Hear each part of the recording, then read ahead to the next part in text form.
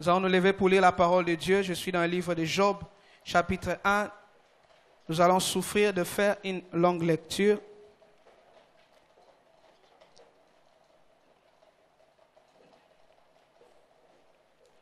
Je vais le lire rapidement puisque c'est déjà une histoire que nous connaissons. Job, chapitre 1. Job, chapitre 1.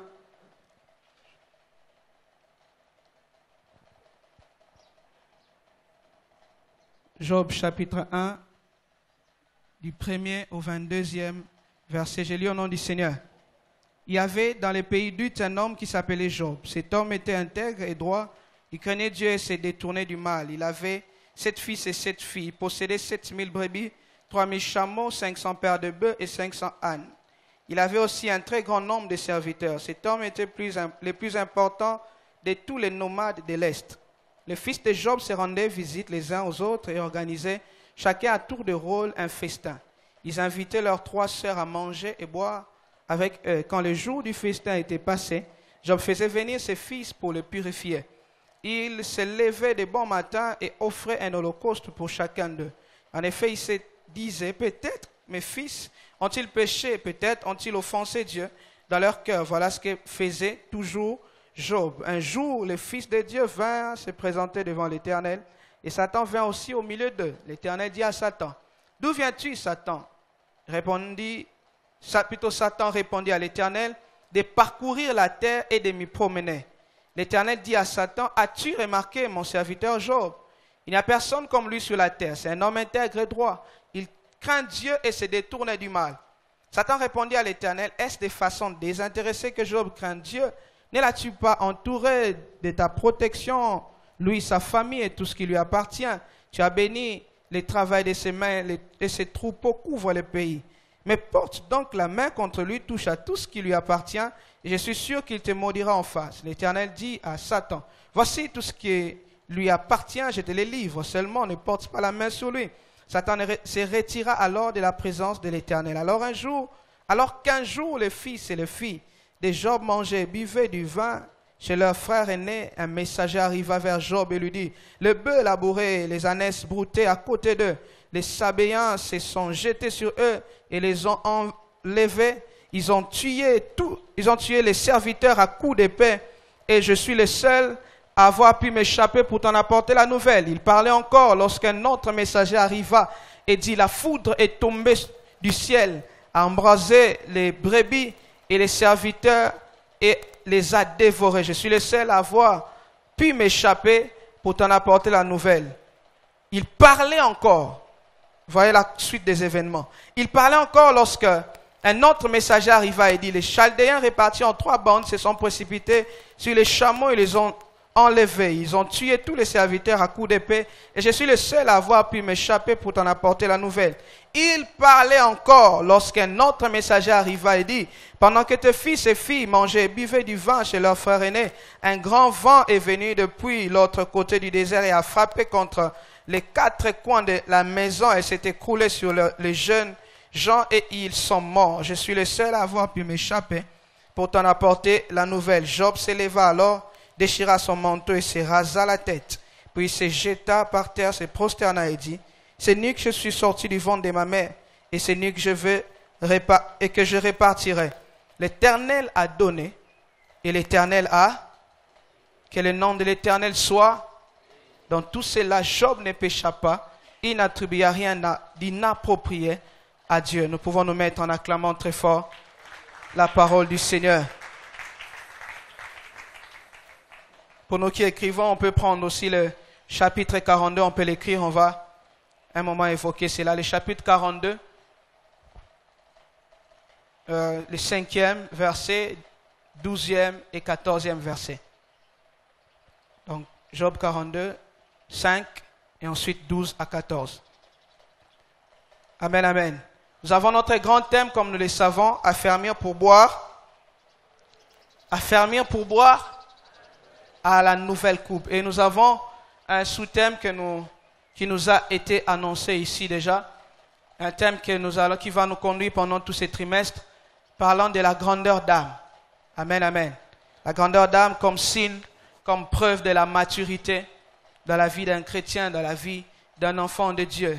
Et ce matin, les sous-thèmes que j'ai intitulés pour nous, ou que je nous apporte ce matin par la grâce du Seigneur, s'intitule l'importance de la grandeur d'âme en cas de preuve.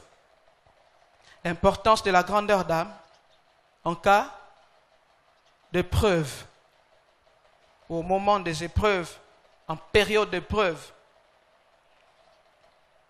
Pour ceux qui étaient là les mercredis, nous avons parlé de l'importance de la grandeur d'âme et nous avons vu l'importance de la grandeur d'âme, mais cette fois-là, c'était en cas de tentation. Et nous avons eu l'exemple de Christ qui était tenté. Nous avons défini, parlant de la tentation, comme des mécanismes que l'ennemi met en place dans l'objectif de nous égarer. Mais la différence avec l'épreuve, c'est que si nous devons définir l'épreuve, ce n'est pas le fait que l'ennemi met en place un mécanisme, mais l'épreuve, c'est quand Dieu lui-même met un mécanisme en place, quand Dieu lui-même fait concourir les circonstances difficiles dans notre vie, quand Dieu lui-même se décide de nous faire passer par des situations, par des moments difficiles, mais dans l'objectif, non pas de nous faire tomber, mais plutôt de nous emmener dans une autre dimension. Amen. Amen, amen. Si la tentation est là pour nous faire chuter, nous faire tomber, l'épreuve par contre, puisque c'est Dieu lui-même qui les met en place, l'objectif de l'épreuve, l'objectif de ces moments, l'objectif de ces temps difficiles par lesquels le Seigneur permet que tu passes, ce n'est pas pour que tu chutes, ce n'est pas pour que tu t'égares, mais c'est pour que tu passes à un autre niveau, pour que tu passes à une autre dimension. Alléluia. Amen, amen. Et quand j'ai eu la définition purement du dictionnaire du mot épreuve, on nous dit que l'épreuve, c'est mettre à l'épreuve quelque chose, veut dire essayer la chose pour en déterminer la valeur ou la qualité. Essayer la chose pour en déterminer la valeur ou la qualité. Amen, amen.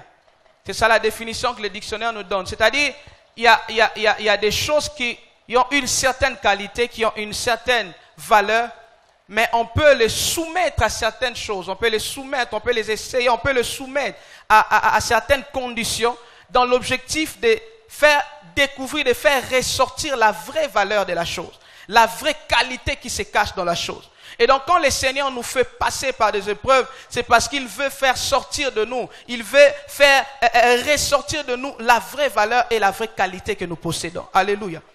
Bien-aimé, il est une chose que de dire qu'on est enfant de Dieu. Il est une chose que de dire que je vais à l'église. Mais il est une autre que de prouver qu'on est enfant de Dieu.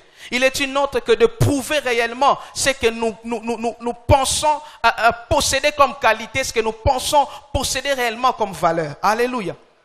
Bien-aimé, arrêtons d'être des chrétiens qui ne sont là que pour prôner la vie chrétienne qu'ils ont, mais qui ne sont pas là pour démontrer la vie chrétienne. Et le Seigneur, pour nous amener à démontrer, à faire ressortir la vraie valeur que nous avons, que nous possédons, peut nous faire passer par des épreuves dans l'objectif de faire sortir, de déterminer la qualité et la valeur que nous avons. Alléluia. Tu peux dire que tu es chrétien, je suis chrétien. On te dit, voilà, tu es chrétien, oui, je suis chrétien. Est-ce que tu vas à l'église? Oui, je vais à l'église. C'est quoi l'église? Oh, l'église, c'est un rassemblement. C'est là où nous allons pour adorer. C'est là où nous allons pour prier. C'est là où le Saint-Esprit nous touche. C'est là où nous allons pour être transformés. Mais il suffit qu'on te dise, après toutes ces questions, tu sais, il y a quelqu'un que tu aimes tant, mais c'est lui, au fait, qui avait volé l'argent dernièrement quand tu l'avais perdu. Et vous verrez le même chrétien qui avait dit que je suis chrétien. Je vais à l'église. Le même chrétien se fâche, se met en colère, commence à insulter parce que simplement les choses viennent de changer. Parce que simplement une mauvaise nouvelle vient d'arriver. Nous avons dit que la grandeur d'âme, c'est cette capacité de supporter et de surmonter les événements. Et donc les épreuves arrivent pour démontrer réellement si tu es enfant de Dieu. Vous allez voir un tel chrétien, il oublie même que la Bible dit que lorsque tu as un problème avec ton frère, il faut aller voir ton frère. Au fait, lui, c'est comme s'il ajoute même des phrases à ses textes et se dit non, puisque lui m'a volé, puisque lui m'a fait cela, je n'irai pas seulement le voir, mais j'irai le voir tout en étant muni d'une machette cachette. Parce que ce qu'il m'a fait, non, je pense que la Bible a dit, il faut aller voir. Mais la Bible a oublié d'ajouter quelque chose. Que quand le mal est tellement grand, il faut me mêler à ta gifle, il faut me mêler à ta machette pour attirer ma rambozo sale. Vous voyez que les chrétiens changent automatiquement d'attitude. Pourquoi? Parce qu'une épreuve est venue. Alléluia. Et donc l'épreuve vient dans l'objectif de changer ou de faire ressortir notre vraie qualité. Et si je dois donner 3 buts, le premier, je l'ai déjà dit, c'est pour faire ressortir notre qualité. Mais le deuxième but de l'épreuve, c'est enlever les impuretés. Alléluia. C'est enlever les impuretés. Premièrement, il fait découvrir, il fait ressortir la qualité. Mais ce travail s'est fait par le fait d'enlever les impuretés. C'est un peu comme l'image de l'or. L'or, avant de devenir l'or pur, l'or doit passer par des épreuves qu'on appelle les épreuves de feu. On fait passer l'or par le feu. Et qu'est-ce qui se passe en ce moment? L'or est purifié de ses impuretés. Alléluia. Il y a des choses qui vont arriver, qui arriveront dans ta vie. Des situations, des événements qui sont appelés à arriver dans ta vie. Mais l'objectif de ces événements, c'est de séparer la bonne sémence qui est en toi de la mauvaise. Alléluia. L'importance de cette chose, c'est d'enlever, de nettoyer les impuretés afin de garder la pureté que Dieu veut continuer à avoir en toi, que Dieu veut continuer à avoir dans ta vie. Alléluia.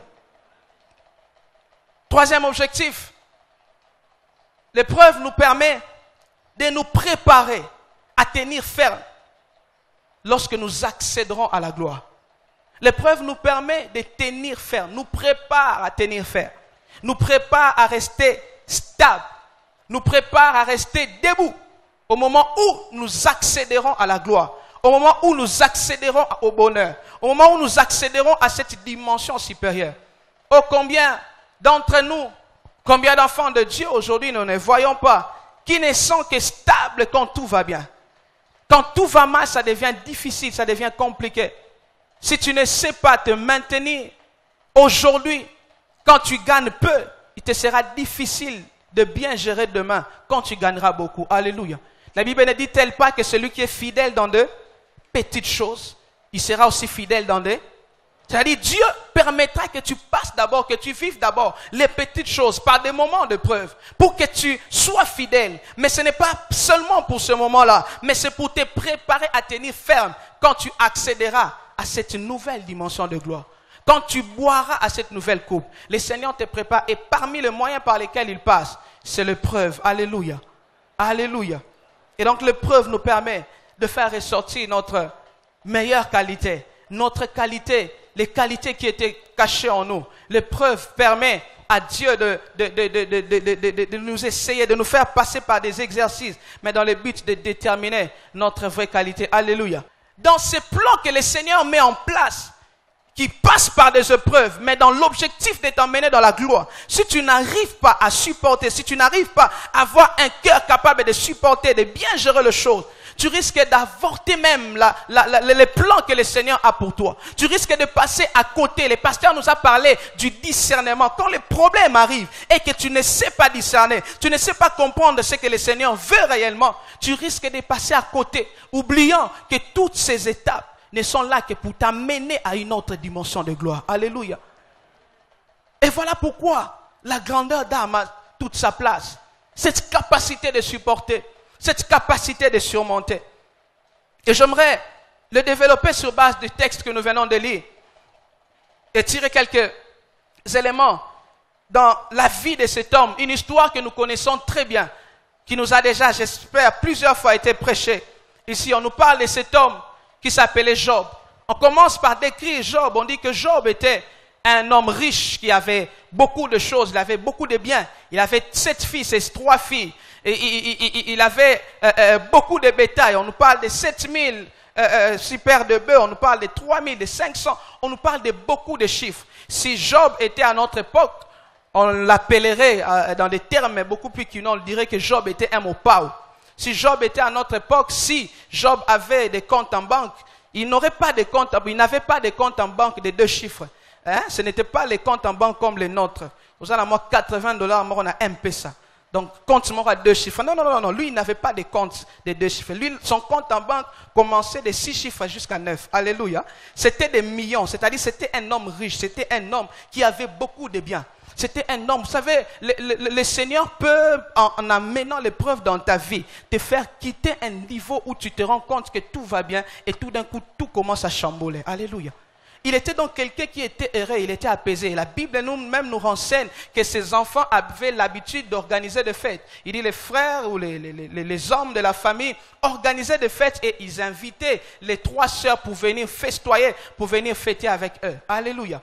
Et pendant ce temps, après tous ces moments, Job avait l'habitude de rassembler ses enfants, prier pour ses enfants, demander pardon pour ses enfants et d'offrir des holocaustes. Je vais revenir. Mais la suite, la Bible nous dit que pendant que tout allait bien, pendant que tout marchait bien dans la vie de cet homme Job, la Bible dit qu'un jour, les fils de Dieu sont venus dans la présence de Dieu et Satan aussi était là.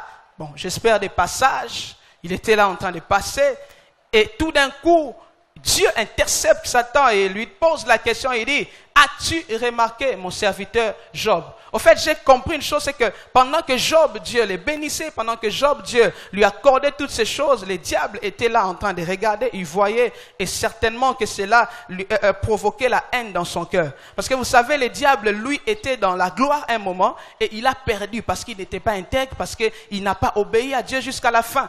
Alors Dieu, puisqu'il voulait faire du bien à Job, puisque Dieu voulait bénir Job, alors il appelle, c'est lui qui avait perdu la gloire. Il dit, viens un peu ici. Il dit, as-tu remarqué mon serviteur Job? Et automatiquement, Dieu a commencé à faire la publicité de Job. Oh, j'aime quand c'est Dieu qui fait ta publicité. Oh, je prie que ça ne soit plus les hommes, que ça ne soit plus ta famille, que ça ne soit plus ton église, mais que Dieu lui-même commence à faire ta publicité. Lorsque le monde s'élève, lorsque les gens diront, nous devons lui faire du mal, mais que Dieu dise, non, non, non, non, non, non. Est-ce que vous n'avez pas remarqué ce qu'il fait pour moi? Est-ce que vous n'avez pas remarqué ce qu'il fait pour mon église? Est-ce que vous n'avez pas remarqué ce qu'il fait pour mon œuvre? Est-ce que vous n'avez pas remarqué? Et alors Dieu a commencé à parler au diable. Il lui dit, est-ce que tu n'as pas remarqué mon serviteur Job? Regarde ce qu'il fait pour moi. Et plus le Seigneur était en train de parler, certainement Satan, la haine, la colère était en train de monter. Il s'est dit, ah, on peut parler de celui que Dieu est en train de bénir, alors que moi j'ai été privé de ces choses parce que je suis désobéissant, mais lui a été béni. Et il y a une haine qui était en train de monter dans son cœur. Alors il dit à Dieu, oh Dieu, de toutes les façons, si Job continue à te craindre et à te servir, eh bien c'est parce que tu l'as béni. Ça fait un jour quand Christ a dit à Pierre, éloigne de moi Satan, parce que tes pensées sont les pensées des hommes. Vous savez, les pensées d'un homme qui n'a pas Christ, les pensées d'un homme qui n'a pas l'esprit, c'est un peu égal aux pensées du diable. L'homme animal pense comme les diables. Et donc, le diable dans sa pensée, connaissant les hommes, il s'est dit, je sais que les hommes qui craignent Dieu, ils ne le font que lorsque Dieu les bénisse.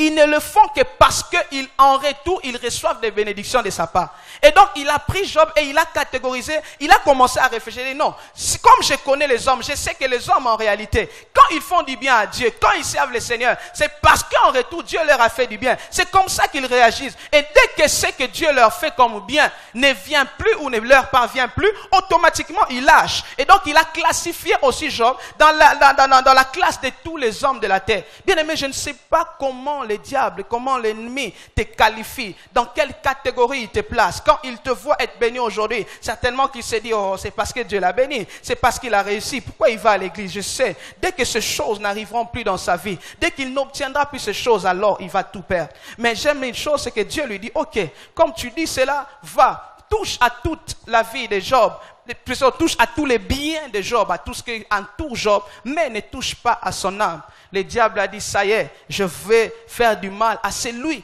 qui faisait la joie de Dieu. Alors il est descendu sur la terre et il a commencé à faire du mal à Job. Alléluia.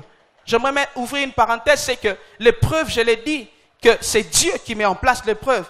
Mais dans ces processus, Dieu du ciel peut aussi engager le diable. Mais quand le diable viendra dans le but de tenter, c'est-à-dire dans le but de faire tomber. Mais puisque c'est Dieu qui gère tout, si tu supportes et tu vas jusqu'à la fin, le diable ne te fera pas tomber, mais plutôt ce sont les desseins de Dieu qui vont s'accomplir dans ta vie. Alléluia. Et donc le diable est descendu dans le but de tenter, c'est-à-dire de faire tomber. Il est venu vite. Et ce que j'aime, une chose qui va se passer, c'est qu'en un instant, tout va s'écrouler dans la vie de Job. Et quand tout s'écroule dans la vie de Job, il perd en un jour tout ce qu'il avait.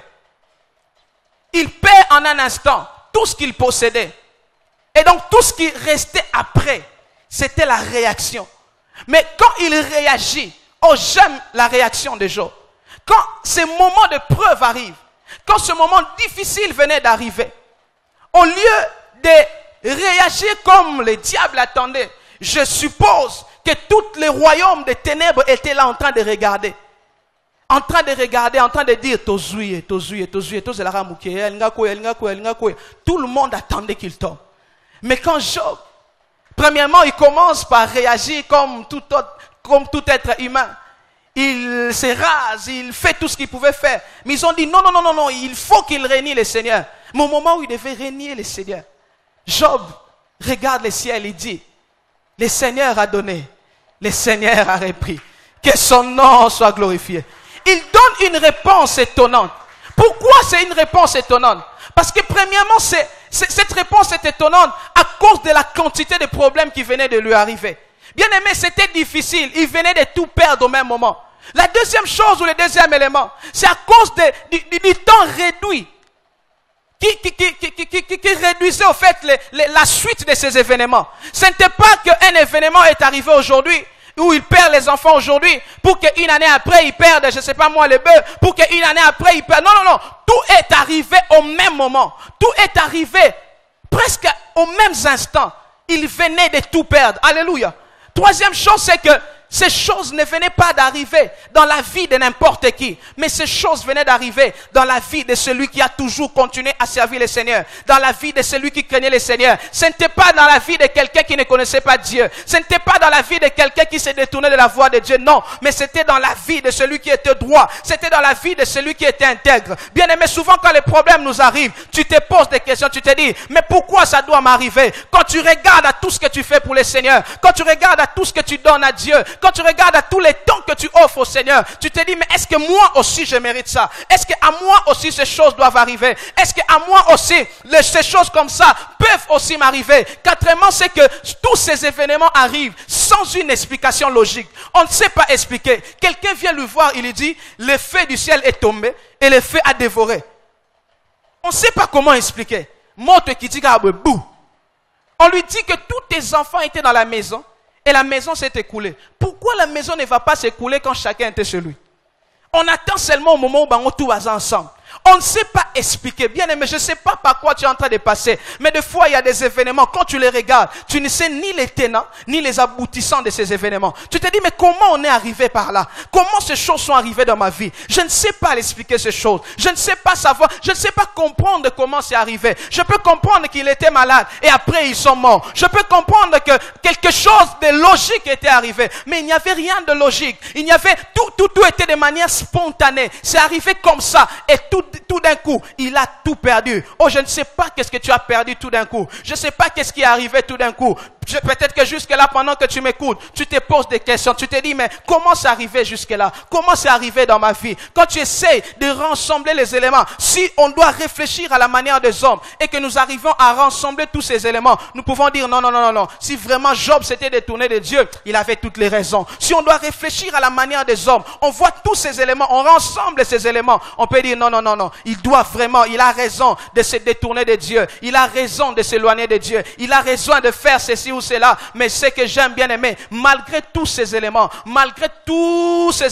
même quand Job les a rassemblés, mais tous ces éléments n'ont pas su faire tomber son amour qu'il avait envers le Seigneur. Malgré tous les problèmes, malgré qu'il ne savait rien expliquer, malgré qu'il savait que normalement il ne méritait pas cela, malgré qu'il savait que c'était tellement grand, c'était une grande quantité de problèmes qui venaient d'arriver, mais malgré malgré tout cela, il est resté intègre, il est resté ferme, il a continué à supporter, il a continué à surmonter. Je suis venu dire à quelqu'un ce matin, malgré que tu ne comprends pas, malgré que tu ne sais pas expliquer, malgré que tu ne sais plus avancer, mais Dieu m'envoie te dire, continue à supporter, continue à surmonter, continue à rester ferme, continue à rester intègre, continue à bien faire ce que tu as l'habitude de faire, parce que après cela, le Seigneur prévoit te donner de grandes choses. Après cela, le Seigneur te prévoit t'amener dans une autre dimension. Alléluia. Quels sont les éléments dans le cœur de Job qui ont favorisé cette grandeur d'âme afin de se maintenir? Quels sont les éléments qui ont favorisé cette capacité dans la vie de Job? Premier élément, c'est parce que Job n'a pas commencé à valoriser Dieu quand les choses se sont abîmées dans sa vie. Mais Job valorisait le Seigneur depuis qu'il était dans l'abondance. Alléluia. Depuis qu'il était dans l'abondance, il valorisait le Seigneur. Dieu avait toujours sa place dans sa vie. Alléluia. Ce n'est pas que quand les choses se sont abîmées autour de lui. Ce n'est pas quand le moment devient difficile, c'est en ce moment-là que la valeur de Dieu a changé. Non. Depuis qu'il était dans l'abondance, il continue à servir le Seigneur. Combien d'enfants ou quel type d'enfants de Dieu sommes-nous devenus aujourd'hui? Quand tout va bien, on n'est plus avec Dieu. Mais dès que ça ne marche plus, on voit les gens courir vers Dieu. Ce n'est qu'en ce moment-là que la valeur de Dieu commence. Ce n'est qu'en ce moment-là qu'on commence à valoriser Dieu. Quand tout allait bien, Dieu n'était pas là. Quand tout marchait bien, Dieu n'avait pas d'importance. Mais dès que les problèmes arrivent, dès que la situation devient difficile, c'est à ce moment-là que tu commences à chercher Dieu. C'est à ce moment-là que tu commences à valoriser Dieu. Non, bien-aimé. Ceux qui tiennent, ceux qui restent fermes, c'est parce que leur amour, la valeur de Dieu reste constante. Que ça soit dans la disette, que ça soit dans la prospérité, je continuerai à aimer le Seigneur. Que ça soit dans la pauvreté, que ça soit dans la richesse, je continuerai à servir le Seigneur. Je continuerai à rester ferme, bien-aimé. Bien-aimé, que la valeur de Dieu dans ta vie ne baisse jamais. Deuxième élément, c'est parce que tous ces biens n'avaient jamais pris la place de Dieu. Bien-aimé, il était riche. Il avait beaucoup de biens. Il avait beaucoup de choses. Des choses qui, lorsqu'un homme arrive à les posséder, facilement, il peut oublier Dieu. Je peux comprendre s'il n'avait rien. Ok, il servait le Seigneur, mais là, il était riche. Mais ce que j'aime, c'est que malgré sa richesse, malgré tout ce qu'il possédait, toute sa richesse et tous ses biens, n'avait jamais pris la place de Dieu. N'avait jamais enlevé la valeur qu'il donnait à Dieu. Bien-aimé, qu'est-ce qui a pris la place de Dieu dans ton cœur? Qu'est-ce qui a pris la place de Dieu de sorte qu'aujourd'hui, même quand Dieu te parle, même quand Dieu te demande d'abandonner la chose, tu as du mal à abandonner. Parce que cette chose a pris la place de Dieu. Qu'est-ce qui a pris la place de Dieu dans ta vie? Est-ce de l'argent? Est-ce que ce sont les biens de la terre? C'est la passion de la terre? Ou toutes les choses que le monde te propose? Qu'est-ce qui a pris la place de Dieu? Il avait la richesse. Il avait tous les biens nécessaires. Les choses qui pouvaient lui pousser à ne pas continuer à servir le Seigneur, à ne pas continuer à rester intègre. Mais dans la hiérarchie, dans la règle des valeurs dans sa vie, ce qui avait la première place, c'était toujours Dieu et jamais l'argent. C'était toujours Dieu et jamais ses enfants. C'était toujours Dieu et jamais tous les biens qu'il possédait. Alléluia. Troisième élément, c'est parce qu'il s'est soucié du cœur de Dieu. Est-ce que je peux parler à quelqu'un? C'est parce qu'il s'est soucié du cœur de Dieu. Il s'est soucié de quoi? Du cœur de Dieu. Bien aimé, la Bible nous renseigne une chose. C'est que quand ses enfants organisaient des fêtes, c'était des moments de réjouissance. Après cela, la Bible dit Job appelait tous ses enfants. Et il demandait pardon à Dieu pour les péchés que ses enfants ont eu à commettre pendant ce moment. Remarquez une chose, c'est que quand nous sommes dans un moment de fête, quand nous sommes dans un moment de réjouissance, chacun se contente à savoir ce qui va réjouir son cœur. Chacun se contente à remplir d'abord la joie de son cœur. Alléluia. Je donne un exemple, même quand nous allons dans une fête de mariage. Ceux qui sont en honneur, ce sont les mariés, n'est-ce pas? C'est eux qui sont à l'honneur. Mais imaginez que nous arrivons dans la fête, qu'on ne nous sert ni à manger ni à boire et qu'on ne nous mette pas la bonne musique. Qu'est-ce qu'on dit après? La fête, tu en es à qui? Bien. Mais ceux qui sont à l'honneur, c'est qui? Ce sont les mariés. Ça dit même si on ne mange pas, normalement, c'est eux qui sont à l'honneur. L'important, c'est qu'eux soient dans la joie, n'est-ce pas? Mais malgré qu'eux seront dans la joie, puisque c'est une fête, nous aussi, nous voulons aussi être dans la joie. Si je parle à quelqu'un. C'est-à-dire, pendant les temps de fête, tout le monde se réjouit aussi. Tout le monde cherche aussi et se concentre sur la joie que lui doit éprouver.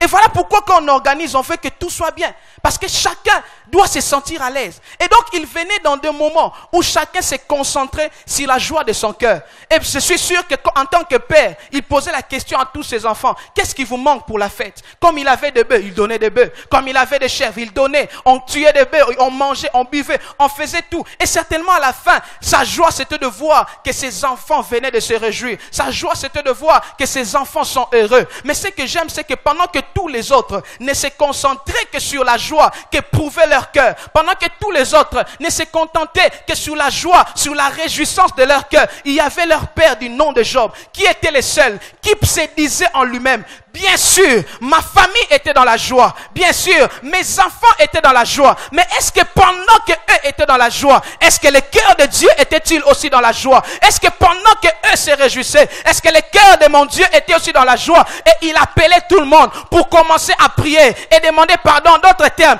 il ne cherchait pas seulement que le cœur de ses enfants soit dans la joie, mais il voulait que la joie du cœur de ses enfants s'associe à la joie du cœur de Dieu. Que Dieu aussi soit dans la joie. Il ne pouvait pas comprendre que ses enfants soient dans la joie, que lui soit dans la joie, que lui soit dans l'abondance. Mais alors que le cœur de Dieu a été blessé à cause du péché, bien aimé, de fois lorsque nous vivons la bénédiction de Dieu, de fois lorsque nous passons par des moments heureux dans notre vie, nous avons du mal à comprendre que peut-être le cœur de Dieu ne se réjouit pas. Bien aimé, combien de fois nous ne nous concentrons que sur notre propre réjouissance? Tu commets le mal, mais tu te dis, de toutes les façons, c'est moi qui me réjouis. De toutes les façons, cela m'a permis à passer des classes. Atana tricher nanga, mais na leki classe. De toutes les façons, même si je vole haut, de toutes les façons, na tonginda koute, mbon wane pesinga na tonganda, et meminga na voyage, na sali makambo ebele. Tu te concentres sur la joie de ton cœur, mais tu ne te réjouis pas du cœur de Dieu. Bien aimé, lui, il faisait de son mieux pour qu'il ne soit pas seulement celui qui constatait la joie de ses enfants, mais il voulait aussi constater la joie de Dieu. Il appelait ses enfants, il dit peut-être que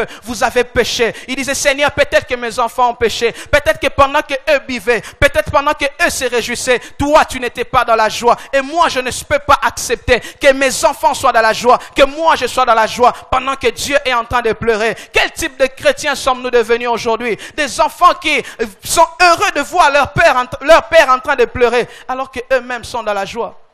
Frères, sœurs, combien sommes-nous devenus ou qui sommes-nous devenus aujourd'hui indifférents face à tout ce qui fait mal au cœur de Dieu?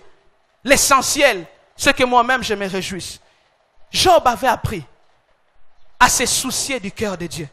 Bien-aimé, le Dieu de qui tu te soucies dans les secrets, demain va se soucier de toi en public. Le Dieu que tu honores dans les secrets, c'est le Dieu qui va t'honorer en public. Le Dieu que tu respectes aujourd'hui dans les secrets, c'est le Dieu qui te fera respecter en public. Alléluia. Il se souciait du cœur de Dieu. Il cherchait à savoir comment ou qu'est-ce que Dieu ressentait. Je suis heureux, oui, tout va bien avec moi. Mais est-ce que Dieu aussi est dans la joie? Est-ce que Dieu aussi est dans l'abondance et aussi heureux de me voir? Frère, sœur, reviens dans les bonnes habitudes. Arrête de faire mal au cœur de Dieu. Arrête de le faire. Puisque tu ne te soucies pas de Dieu aujourd'hui, quand le problème arrivera, tu viendras certes dans la présence de Dieu, non pas pour réjouir son cœur, mais pour rechercher la réjouissance de ton cœur. Alléluia. Quand l'épreuve arrive, on ne sait plus, parce qu'on n'est pas habitué, parce que notre cœur n'a pas cette qualité. La dernière des choses, ou le dernier élément, c'est que Job savait placer son cœur, non pas dans les biens, mais plutôt dans la source de ses biens. Je répète, Job savait placer son cœur, non pas dans ses biens, mais plutôt dans la source de ses. Voilà pourquoi quand toutes ces choses sont arrivées, il dit, le Seigneur a donné et le Seigneur a. C'est-à-dire, Job connaissait qui était la source de tout ce qu'il possédait. Et ce que j'aime, c'est que dans une rivière, ce qui est plus difficile, ce n'est pas lorsque les affluents de la rivière ont un problème, mais c'est lorsque la source de la rivière a un problème. Frère, sœur, quand l'ennemi vient vers toi, quand il vient et il pense qu'il va toucher à ta vie, quand tu passes par ces moments de preuve, ce que Dieu te demande, c'est que ton cœur soit attaché à lui. Quand l'ennemi se lève devant toi pour te faire du mal, ce que Dieu attend de toi, c'est que ton cœur soit attaché à lui. Et donc Dieu savait que peu importe ce qui allait arriver, le diable n'allait pas atteindre le cœur de Job, parce que le cœur de Job lui appartenait. Alléluia. Est-ce que ton cœur est attaché à Dieu? Est-ce que ton cœur se trouve auprès de Dieu? Est-ce que j'aime, pour finir, pendant tous ces moments d'épreuve, Job perd tout. Quand vous allez dans le chapitre 2, ça s'empire encore. C'était sa santé qui était touchée. Quand vous continuez, vous vous rendez compte que les choses deviennent de plus en plus difficiles. Mais j'aimerais dire à quelqu'un pour finir, c'est que l'objectif de l'épreuve, c'est toujours pour nous amener dans la gloire. C'est toujours pour nous faire passer à une autre dimension. Quand tu sens que ça s'empire, ça devient de plus en plus mal. Ne pense pas que le Seigneur t'a abandonné. Non, non, non, non, non. C'est parce que le Seigneur, après ces choses, prépare de grandes choses pour toi. Et quand vous lisez le verset 40, chapitre 42, le verset 12 au verset 14, la Bible est en train de nous dire que les biens que Job va recevoir étaient plus que tous les biens qu'il avait perdus. Bien-aimé, ce que tu perds aujourd'hui, tu récolteras en grande quantité que ce que tu perds aujourd'hui. Accepte de passer par ces choses, mais tout en sachant que Dieu va te donner plus. Dieu va te donner de grandes choses après. Alléluia. Je finis par ce texte, Proverbe chapitre 10, le verset 22. La Bible dit, c'est la bénédiction de l'Éternel qui et ne se fait suivre d'aucun. Proverbe 10, 22. C'est la bénédiction de l'Éternel qui enrichit et ne se fait suivre d'aucun chagrin.